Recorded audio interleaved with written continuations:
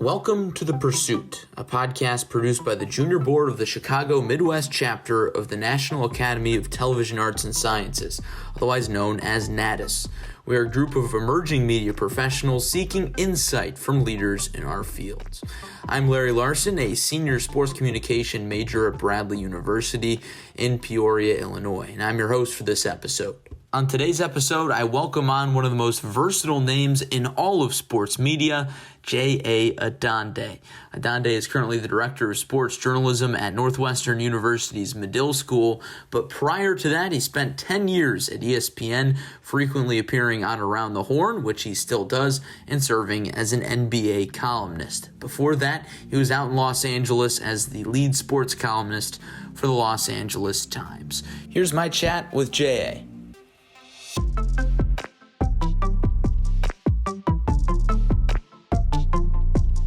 All right, J.A., first, I just want to thank you for taking the time to come on. Really appreciate it.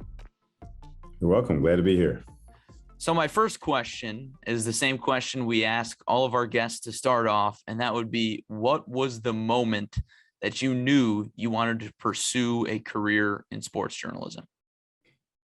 I can't give you the exact dates or any of the specifics, but I know, I used to go to the Laker games back then, get to like one or two a year.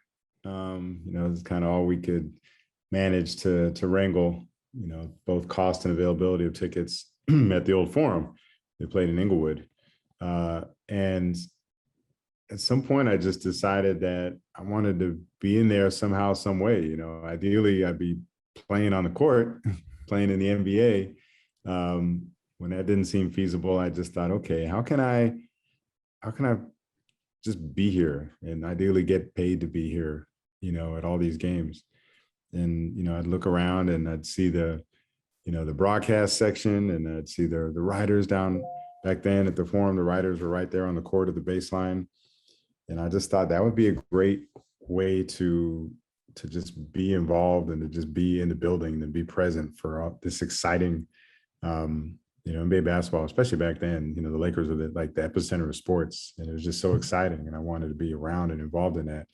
And what I did well was write. I wasn't good at math. I wasn't talented musically, but I could write well. And so, I thought either being a writer or being a play-by-play broadcaster, which was actually probably my first thought. And I used to joke because, Chick Hearn at that time had been doing the Laker broadcast for about 20 years. And he wound up doing the Laker broadcast for almost another 2 decades. And when I got to the LA Times, about, 15 or dozen years or so later, after I first had the notion, Chick Hearn was still doing the broadcast. And I thought, man, if I had, been waiting for him to retire, I'd still be waiting. So it was a good idea that I shifted my plans a little bit. Yeah, everything works out for a reason. And of course, Chick Hearn, that's a name that a lot of us down here in Peoria like to bring up a lot. Of course, a proud Bradley University graduate, Chick Hearn. You mentioned LA. Ralph Lawler. Yes, Ralph Lawler as well. Lots of Bradley to LA connections, some legends down there. You bring up LA. You're a native of LA, but you're currently teaching at Northwestern, and you are a graduate of Northwestern. How did you end up going to Northwestern, considering you are from Southern California? I would say if you have your destination in mind, the path becomes apparent. And, the path I wanted to take really was going to require, in my mind, going to a good journalism school. And Northwestern seemed like the best journalism school. Fit some of the other criteria that I was looking for, including I actually wanted to go. People say, why would you go away from California? Well, it's good to get away and to go different places and to see what else is out there in the country and in the world. So, I wanted to go someplace where I didn't have a lot of history, where I didn't know a lot of people. So Northwestern certainly fit that bill. I had relatives throughout California, I had family on the East Coast, but I didn't know anyone in the Midwest. So, I kind of wanted to come and be on my own. At least I thought so initially. But, when my buddy was choosing between schools, he got into Northwestern, and I started begging him to come to Northwestern so I'd know somebody. And then felt like the moment I got here, originally I was going to wait all the way through to come home for Christmas break. And I said, Mom, can I come home for Thanksgiving? She said, yeah, you can come back. So, yeah, going away sounded good at the time. It turned out to be a little harder than I thought it was going to be, but I'm still definitely glad I did it. Yeah, it's worked out for you at the end because clearly you've put down roots up there in Chicago, and you got your start up there in Chicago with Chicago Sun-Times. Taking a look at the big picture here, you started in the mid-90s, graduated from Northwestern in 92. How much has the business changed since you entered it? Dramatically. It was still, newspaper oriented, really, and newspapers really helped set the agenda. It was newspapers and TV. And now it's amazing how many days you go without seeing a newspaper. I happened to see one down in the lobby of my apartment building the other day, and that was probably the first newspaper I saw in months. A lot of people have cut the cord and don't watch network or cable television. Obviously, the rise of the internet, cell phones, Wi-Fi, it's just a completely different landscape. And I constantly feel the need to explain when I'm talking to students, okay, context, if you're talking 1992 or 1995 or something like that, you couldn't call up the information on your cell phone. You couldn't Google something on your laptop.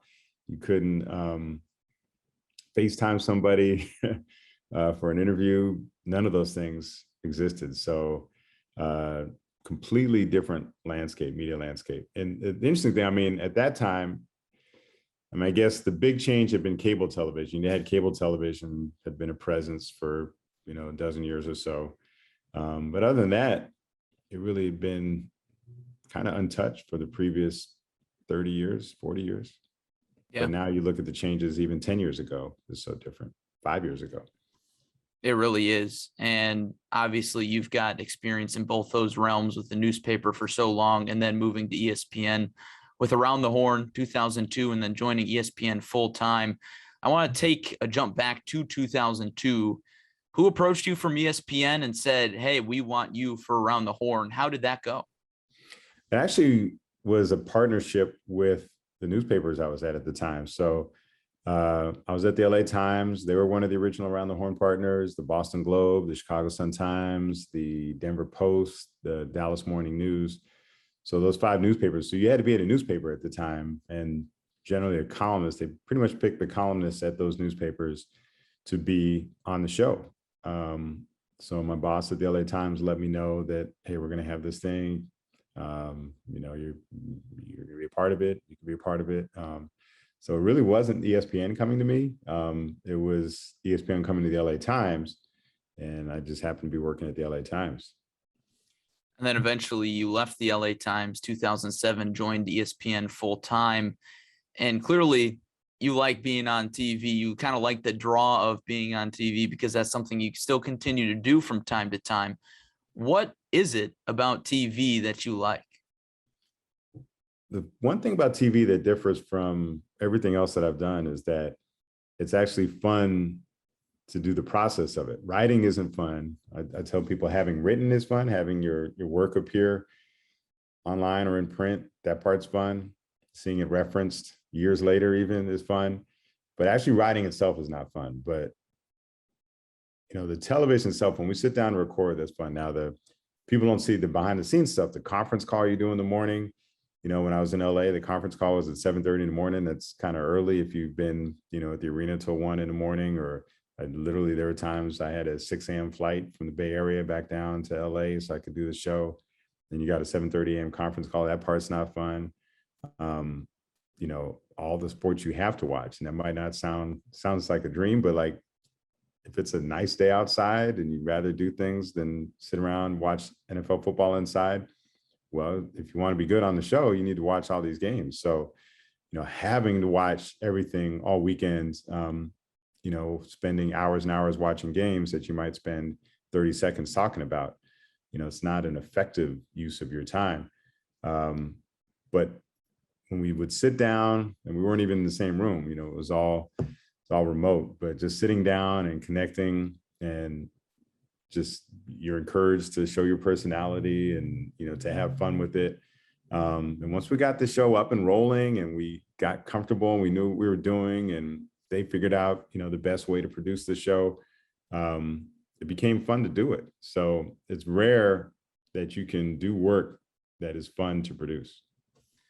And Around the Horn is something that, kind of started, I think people were kind of skeptical at first, and it's still on the air today. You mentioned it's just fun to do. It's that debate style, really probably one of the first debate style shows that ESPN ran.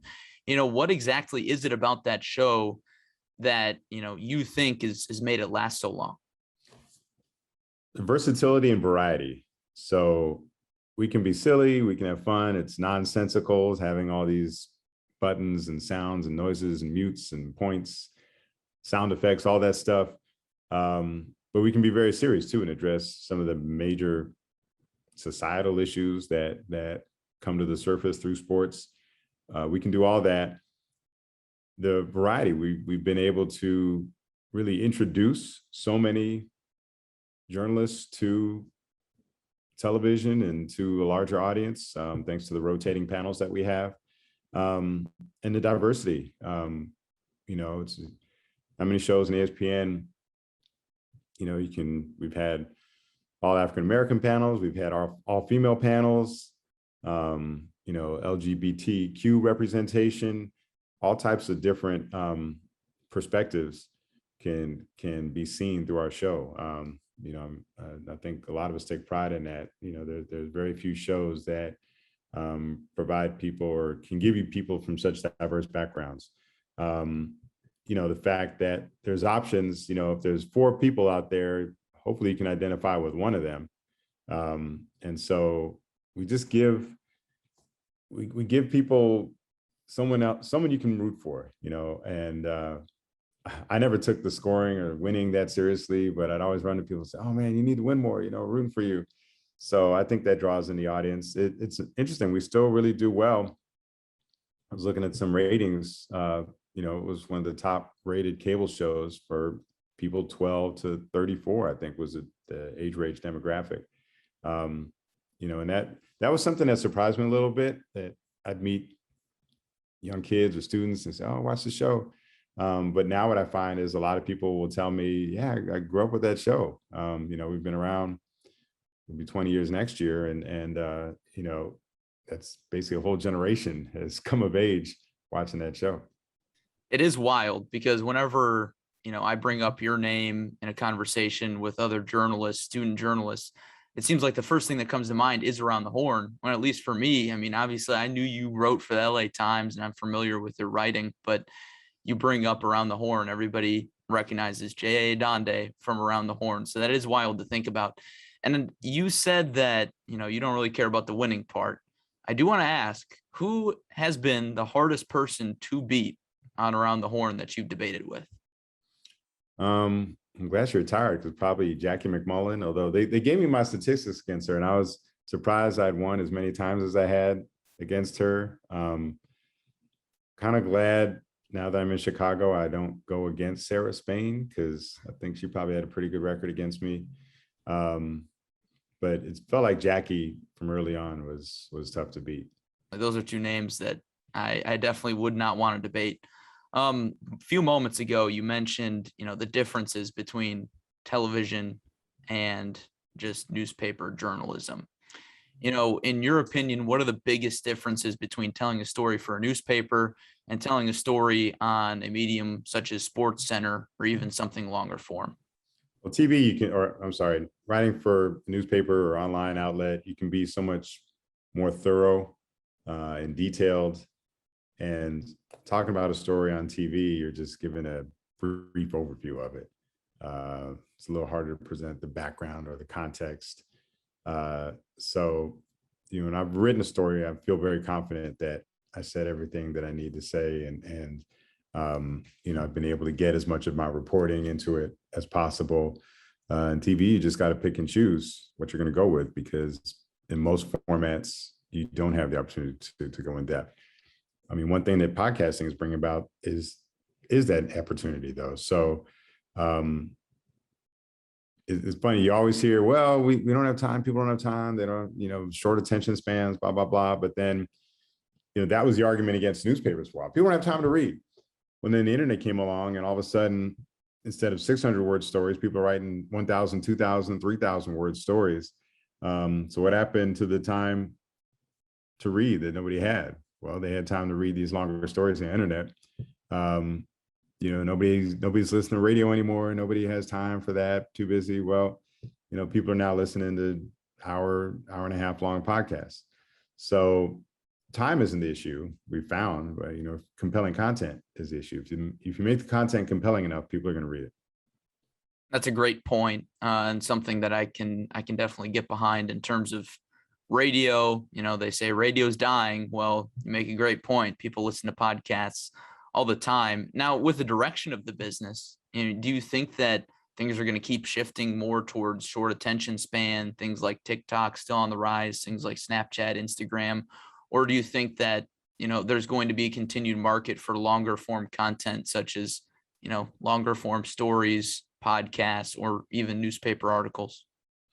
My concern is, will there be platforms for longer written stories?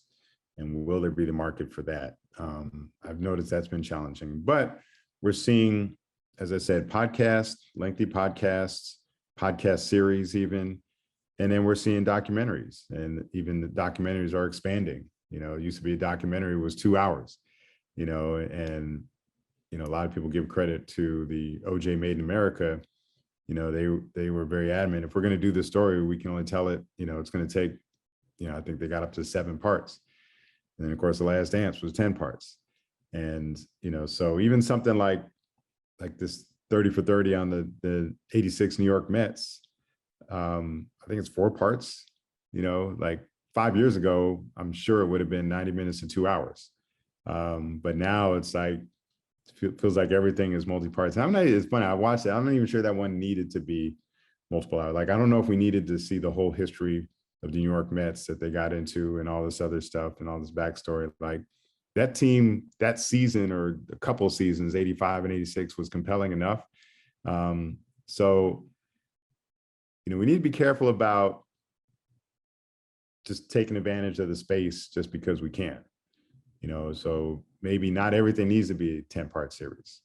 We just had 4-part series on Muhammad Ali, PBS that Ken Burns did. I'm not sure that needed to be 4 hours. Take what's new, I'm sure there was new stuff, but a lot of it is stuff that's been covered elsewhere. Like, I think we need to be aware we don't all need to tell the definitive story of a person or a team. The Last Dance set out to tell the definitive, okay, this is the story of the 80s, 90s Chicago Bulls and Michael Jordan. I'm not sure everything needs to be the definitive story of someone or something. You're listening to The Pursuit, the weekly podcast produced by the Junior Board of the National Academy of Television Arts and Sciences Chicago Midwest Chapter. I'm John Owens, the NATAS Chicago Midwest Chapter President. And just a reminder, our NATAS Chicago Foundation provides scholarships to a number of deserving high school and college students. And there's a deadline coming up for 2022 applications. The deadline to apply for our college and graduate scholarships is on February 18th, 2022. And the deadline to apply for our high school scholarships is on March 18th of this year. There are also additional scholarships offered by our national office. The deadline to apply for the national scholarships is also in March. Go to our website at chicagomeonline.org to apply for these scholarships. Again, that's chicagomeonline.org. And now, back to The Pursuit. I'm glad you bring up The Last Dance, because obviously you were featured in a few episodes of The Last Dance. What were your thoughts on that documentary? Because I saw on Twitter, a lot of people obviously loved it a lot because there wasn't anything else on and it was very captivating. But at the same time, there was some criticism of it in that it only kind of told Michael Jordan's side of the story, and whether it was Michael Jordan's teammates having that criticism or others. What were your thoughts? I don't think you could say it only told Michael Jordan. I mean, it was tilted toward Michael Jordan's perspective, sure, but I think they talked to over 100 people for it, well over 100. So we had plenty of perspectives. I give Isaiah Thomas a lot of credit for going on, even knowing that Michael had home court advantage, that he was going to be able to get in the last word. But the documentary was much better for having Isaiah's voice in it. For having Gary Payton's voice, the rivals that Michael went up against, so it wasn't just solely from Michael Jordan's eyes or perspective. I mean, you did hear the perspective of teammates, some of whom didn't always have the nicest of things to say about him. All that was there. I think Will Perdue got in a couple of shots even, so like I thought, sure, it was tilted toward Michael. He had the last at bat, so to speak, but I thought we had a lot of different voices that came through in that. I can understand that. I spent a lot of time talking to or listening to Jason Ayer, the director, and ultimately I agree with the choices that he had to make. And I did a podcast. I did the Beyond the Last Dance podcast, the official kind of companion podcast to it, and I also did a podcast on the Redeem team, the 2008 USA Olympic team, and doing that helped me appreciate the challenge of even with 10 hours trying to pack everything into those 10 hours. You're talking about basically 15 seasons, more or less, plus backstories and everything that Michael, just the whole Michael Jordan phenomenon. There was so much going on. And I thought they very expertly were able to cover a lot of ground in each episode, let alone the entire series. Yeah, I would tend to agree. And I was one of those people who thought they did a good job of telling the whole story. Definitely really enjoyed that one. You mentioned big name athletes, Michael Jordan among them. You've covered a lot of big names, but the one that comes to the top of the list, probably for you and for a lot of people in their eyes, is Kobe Bryant, because of your time in LA for so long and your time covering the NBA. And in your farewell column for the Los Angeles Times, he was the focus of the column almost. He kind of used his, talks of leaving the Lakers as the premise of that column. What was your relationship with Kobe Bryant like? Because I know in that column, you said he was the most exciting, frustrating, intriguing, witty, stubborn, combative, insightful, and ultimately fascinating player you've ever dealt with. Yeah, I think that summarized it. That was 19 years. Actually, at that point, it was probably about 15 years. Actually, at that point, it was only 10 years, believe it or not. So there's a whole nother decade to go with Kobe. But just in those 10 years, so much had transpired, from his rookie year, 96, 97 through 2006, 07, which was my last year with the LA Times. I didn't realize then, or even at the time he died, I think that I was actually in the building for both his first point that he scored and a free throw in Madison Square Garden, and the last points that he had famously in that 60-point game in the Staples Center in LA in his farewell. There were times we would just call. There were plenty of conversations we had off to the side or walking, from the locker room to his car at Staples Center or outside the practice facility. There were times we went months, if not an entire year, without speaking to each other. We weren't on speaking terms for a while. The whole range. It's funny, the picture that's up on my Facebook page is actually a picture of me and Kobe at the Shaq statue unveiling at Staples Center. And I joke because we look like a couple of old guys at like a backyard barbecue, sitting around reminiscing about the good old days, which is probably what we're doing when the picture is taken. And that happens to be the last picture I have with Kobe. And that was an interesting place to get it to, when I think of the arc of our relationship. I was just thinking this morning that the latter years of his career, when, certainly weren't the highlight when you think of Kobe's playing days. I mean, basically to me, the early 2000s was when he was at his best, to mid 2000s, even technically late 2000, I guess, when he won his MVP, 2008.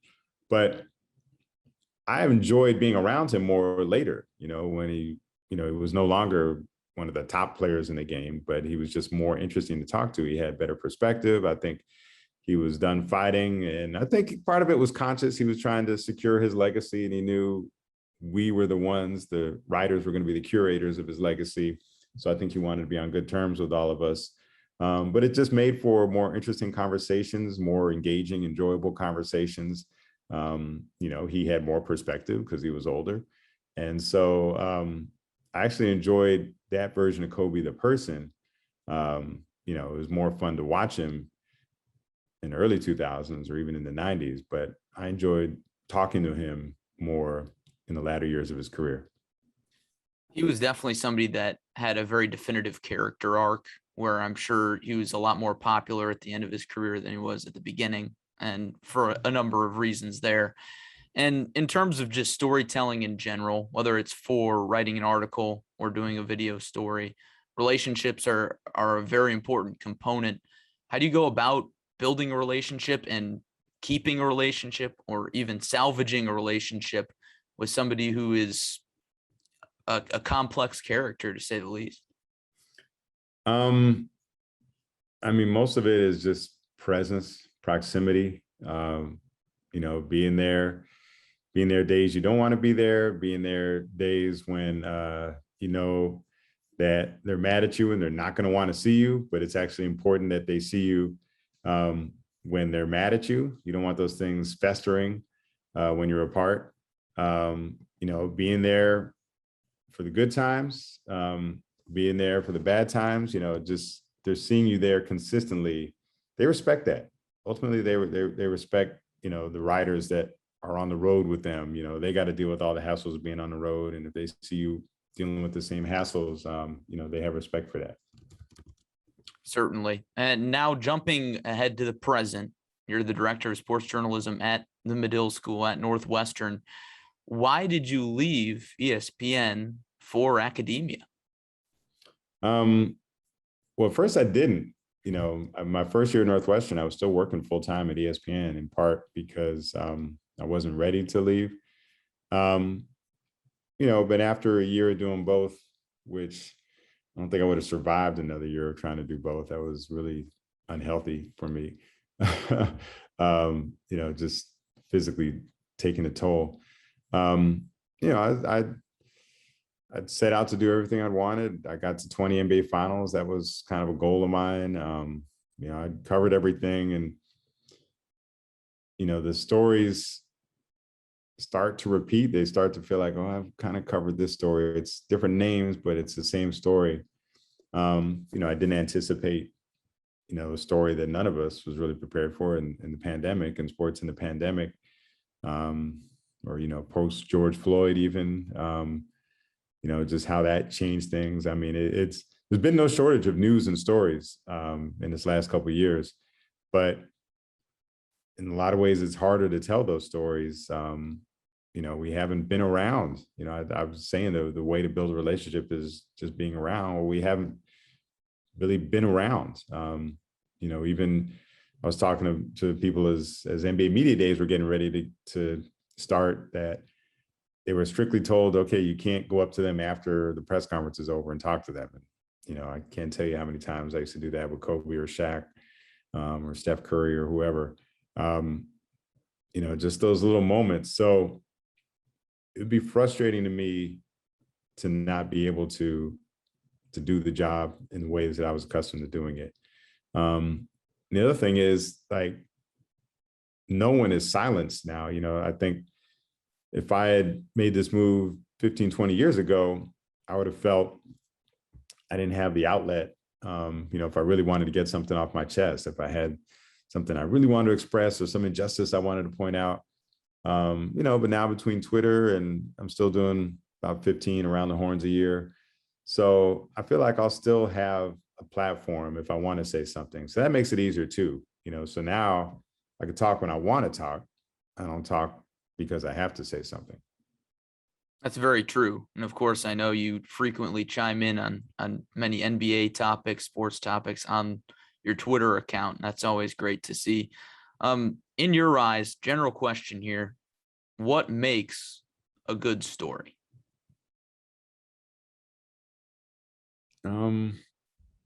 Overcoming. I think we all like to see examples of people overcoming something. The fun thing about sports is there's naturally, good guys and bad guys. There's built-in conflict. There's built-in winners and losers. So it's built into the nature of sports coverage. So all these narrative elements are already made. You don't have to search or manufacture them. You wait for them to appear. Somebody's going to be the hero. Somebody's going to be the GOAT, the old version of GOAT, where, you're the one that cost yourself the game. But then telling the stories of the individuals, how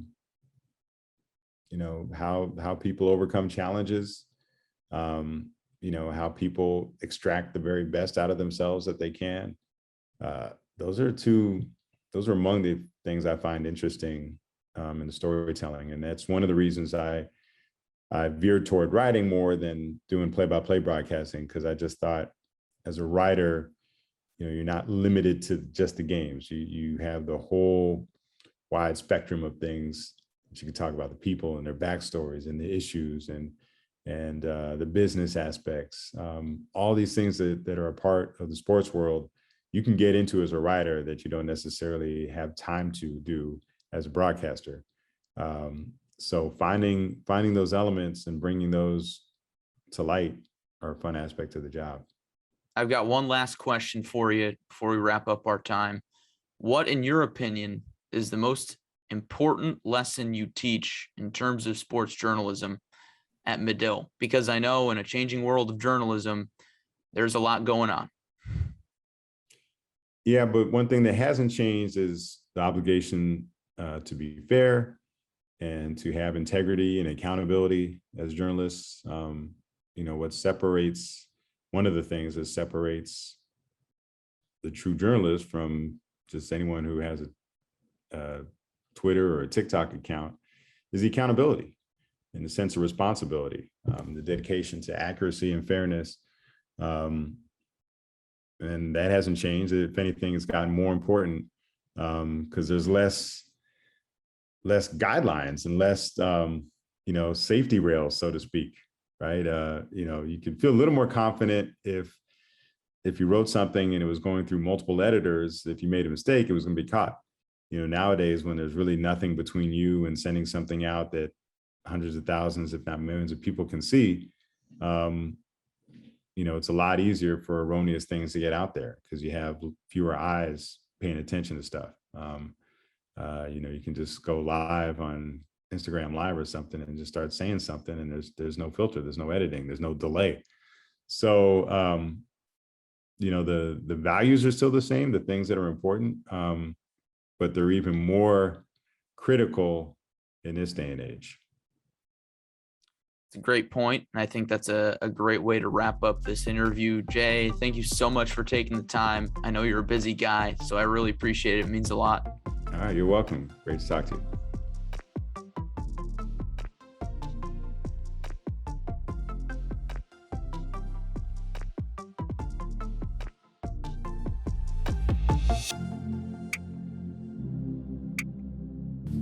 Thanks again to J.A. for taking the time to chat and come on this episode of the Pursuit podcast. One of the reasons I chose J.A. for the podcast was some of our previous discussions. He's a guy that has a unique career experience, or rather experiences that not a lot of other people have.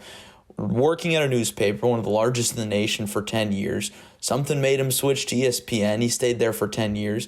And then he switched again over to the academic side. So there's a lot to learn from him. And me in particular, as somebody who works with athletes and covers athletes all the time, I think what he had to say about showing up every day is so important. These athletes, a lot of them can be difficult to work with at times, but they will have that mutual respect for you as long as you show them that you're just as dedicated to your job as they are to theirs. Additionally, I think the most important takeaway from all this is at the very end when he was discussing the most important part of journalism is to uphold that journalistic integrity. That's what separates anybody with a Twitter account or social media account from actual journalists, and especially in today's day and age when everybody has a social media account, those lines are so blurred. So it is so important to uphold those standards and maintain that journalistic excellence, so to speak, especially when there's so much misinformation going around, not just in sports, but generally in news as well. So that about does it for this episode of the Pursuit podcast. Once again, thank you so much to Adande for joining us on today's episode. You can follow him on Twitter at Adande. You can follow me on Twitter at MLBLarry. Thank you so much for joining us, and be sure to subscribe on your favorite podcast platform so you don't miss any of our other great episodes. This is Larry Larson saying thank you once again, and we'll talk to you next time. This has been The Pursuit, a Natus Junior Board podcast.